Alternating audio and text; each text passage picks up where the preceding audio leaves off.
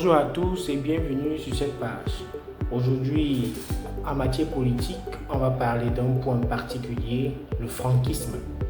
Cette tendance ou ce mouvement politique qui voudrait que Franck Biya au Cameroun succède à son père. Franck Biya et pourquoi pas? Autrement dit, on pourrait admettre l'hypothèse d'une succession de père à fils au siège de la magistrature suprême au Cameroun. Sauf que beaucoup de Camerounais ne savent pas, en tout cas c'est mon point de vue, le franquisme, loin d'être un consensus ou une émanation du pouvoir central, serait en réalité une forme d'opposition. Dans cette vidéo, je dégage les raisons qui expliquent l'existence d'un tel mouvement. Ensuite, je montre les obstacles et critiques à l'endroit d'un tel mouvement. C'est l'antithèse après la thèse. Et comme le raisonnement dialectique, en réalité, se décline en trois parties, il y aura une synthèse consacrée à la valeur du franquisme. Bien. Le franquisme a ses raisons d'être. Ces raisons sont d'une part juridiques et d'autre part politiques. Les raisons juridiques tiennent à la personne de Franck Biya. En tant que citoyen camerounais, en effet, il a le droit de se présenter comme candidat aux élections présidentielles de 2027.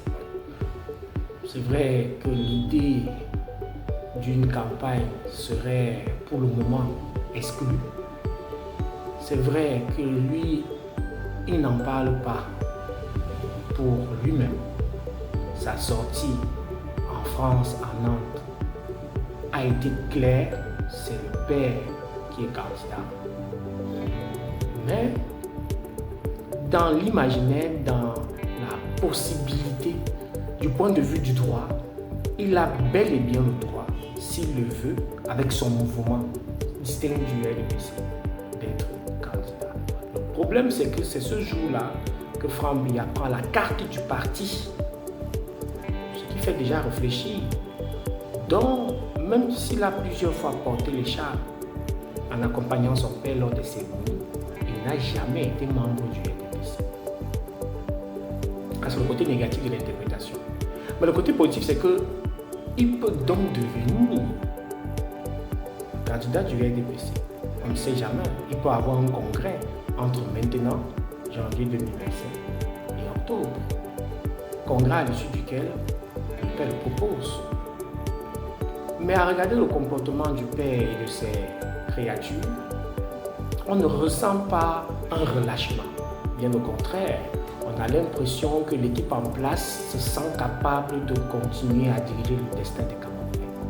Donc, on voit mal pour le moment le franquisme émerger, en tout cas. On passe aux raisons politiques. En réalité, le franquisme est une forme de biyaïsme. Et on ne va donc pas confondre le biyaïsme et le RDPCisme. Le biyaïsme précède le RDPCisme. C'est quoi le biyaïsme? C'est la façon Biya de diriger un pays. Et Biya est dans le système gouvernemental depuis qu'il vient de France, dans les années 60. Il est promu en 1975. C'est déjà une personnalité marquante de la plaque tournante du système d'Aïdjo. Il prend le pouvoir en 82, le RDPC n'existe pas encore. Le RDPC vient en 87. On comprend donc pourquoi les biyaïstes sont différents des RDPCistes, bien que ce soit Biya qui ait créé le RDPC et qui en contrôle les tenants et les aboutissants. Si vous regardez bien, vous allez vous rendre compte que les biyaïstes ne sont pas aimés par ceux du régime en place. On peut citer Pascal Moussaka, qui a été peut-être frauduleusement, comme il dit, exclu du comité central, depuis un certain temps fait la publicité de l'hypothèse franc, mais à mon humble avis, l'un des précurseurs du biaïsme au Cameroun, l'une des personnes qui avait commencé à montrer la distinction entre la vision politique de Paul Biya et celle du RDPC, c'est un certain Charles Ateba Yemi. En tout cas, ceux du système en place qui soutiennent Franck Biya, tels que Pascal Moussanga Miadi, le professeur et Dieudonné Somba, si vous regardez bien leurs analyses dans les plateaux de télévision, ils montrent clairement que le bilan du chef de l'État est mauvais, que 42 ans de médiocrité, d'échec. Donc apparemment, c'est ça le schéma. On montre que le père n'a pas réussi, mais que son fils peut faire mieux.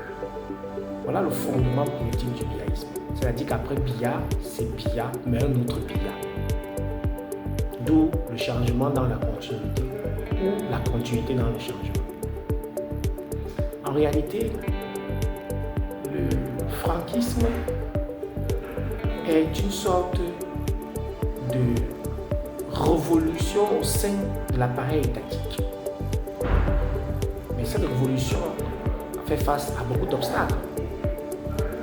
D'où l'antithèse, les obstacles au franquisme. Les obstacles internes d'une part et les obstacles externes d'autre part.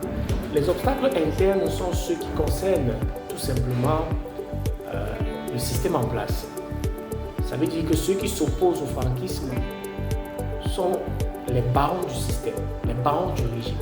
Ils n'admettent pas être un jour soumis à l'autorité du fils du père. Ils savent très bien que si Franck Biya monte au pouvoir, il va les dégager. On ne peut pas facilement gronder ses oncles, les amis de son père. Il va progressivement toiletter, nettoyer et mettre un système des jeunes en place à qui il va imposer son autorité. Il va mettre des personnes au travail et ça doit être des personnes que Franck peut gronder. Il veut que la route soit livrée demain et demain il vient contrôler la route est livrée.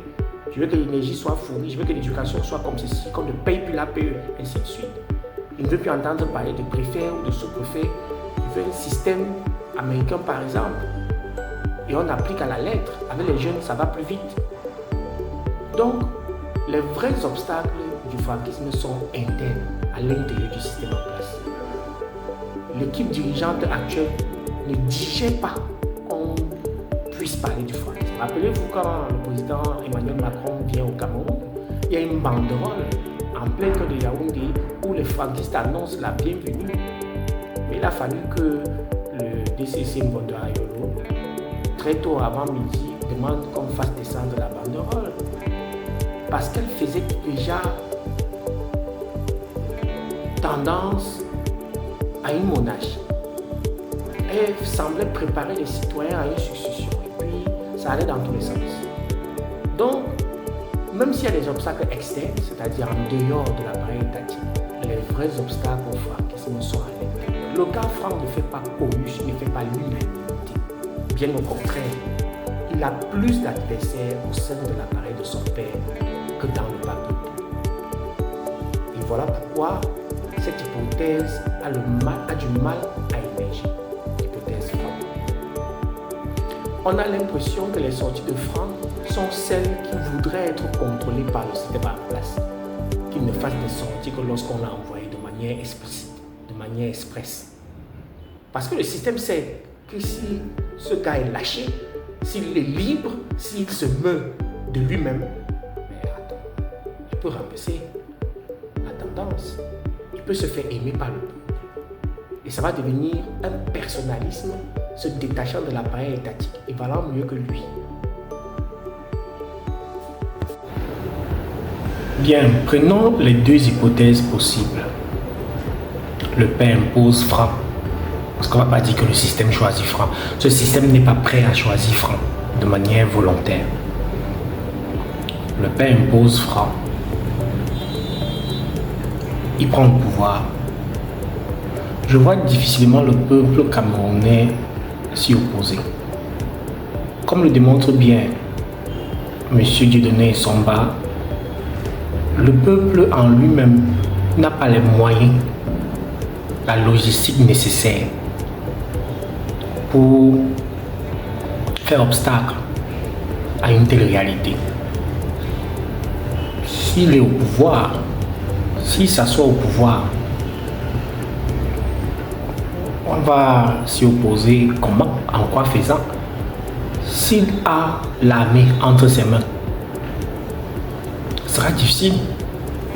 Et puis bon, les Camerounais vont se dire, ah, espérons qu'il fasse mieux.